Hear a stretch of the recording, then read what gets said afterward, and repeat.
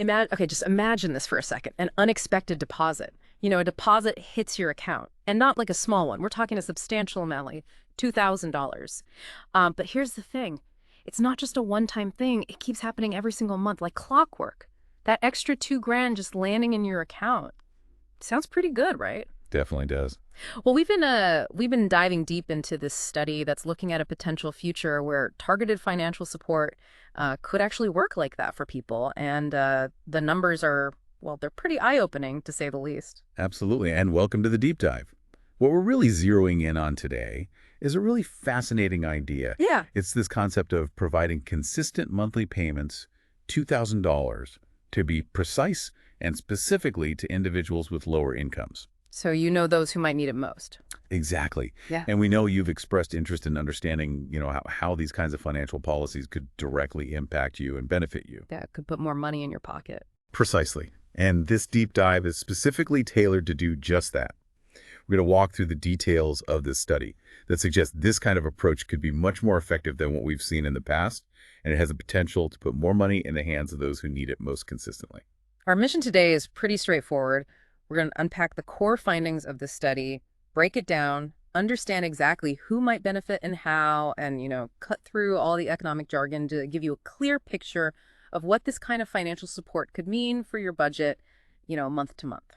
All right, so let's jump right in. $2,000 extra every month. That's a figure that definitely gets your attention. And the study that we've been digging into proposes a real shift in how financial support is delivered. Yeah. It's moving towards this idea of targeted monthly payments instead of those big, broad, stimulus checks that we've seen in the past. What's the fundamental thinking behind this potential change? Well, what's really intriguing about this study is that it focuses on how people actually react financially when they get this extra money. And they introduce this concept called the marginal propensity to consume, or MPC for short. MPC. Yeah. Now, I know that sounds kind of like econ jargony, Yeah, a little bit. but think of it this way. Imagine you suddenly get an extra $100. Now, if your budget's already pretty tight, chances are you're going to spend most, if not all of that money pretty quickly on things that you need right now, like groceries or paying a bill, right? It makes sense. That tendency to spend any extra money quickly, especially on essential things, is what economists call a high marginal propensity to consume, or high MPC. IMPC, okay. Got 'em. Get it. And this study argues that people with lower incomes generally tend to have a much higher MPC. Makes sense. You're living closer to the edge, you get extra money, you're going to spend it on necessities right away. Yeah, and the study really digs into this. It suggests that if someone with this high MPC gets a $2,000 payment, a big chunk of that money, something like 80%, that's about $1,600, is likely to be spent within the first 10 days. And then the remaining 20%, which is about $400, tends to circulate back into the economy over the next month. So within about 30 days, pretty much that entire $2,000 has been put back into use through various purchases. Right. And that's the key difference this study highlights compared to those broader stimulus checks. Wow. It's all about the speed at which that money gets spent and starts working in the economy. That's exactly it. So if we kind of zoom out and look at the big picture, the main goal of any economic stimulus is to get things moving right, to encourage spending and investment to get the economy humming. Right. This study makes the case that by directing the support to people with a high MPC, like, the folks we're talking to who are more likely to spend that extra money on immediate needs, that's how you achieve that economic stimulation more effectively. Yeah, and their analysis actually indicates that this money directly flows into local economies, supporting all sorts of businesses, from a grocery store down the street to, local contractors and service providers. Right, and that's where the study points out a big difference with, folks with higher incomes, right?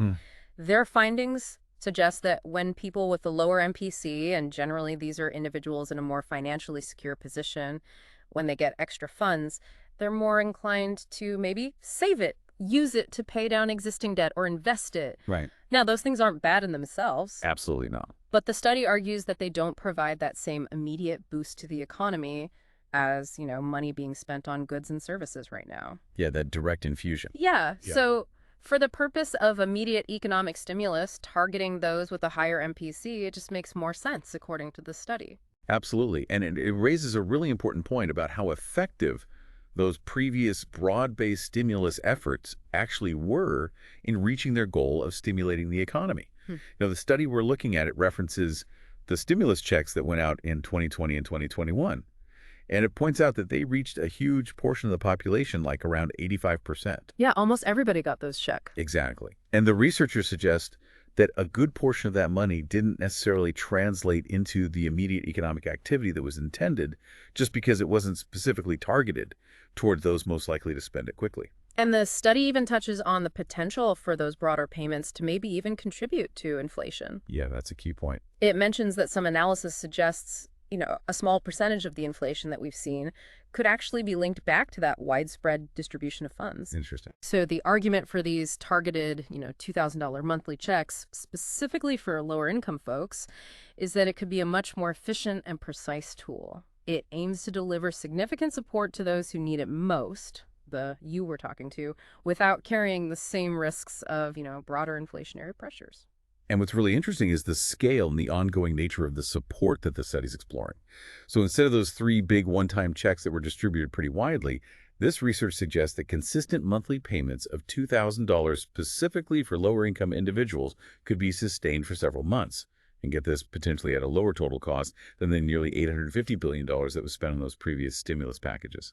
Yeah, that's kind of mind-blowing when you think about it. So picture this.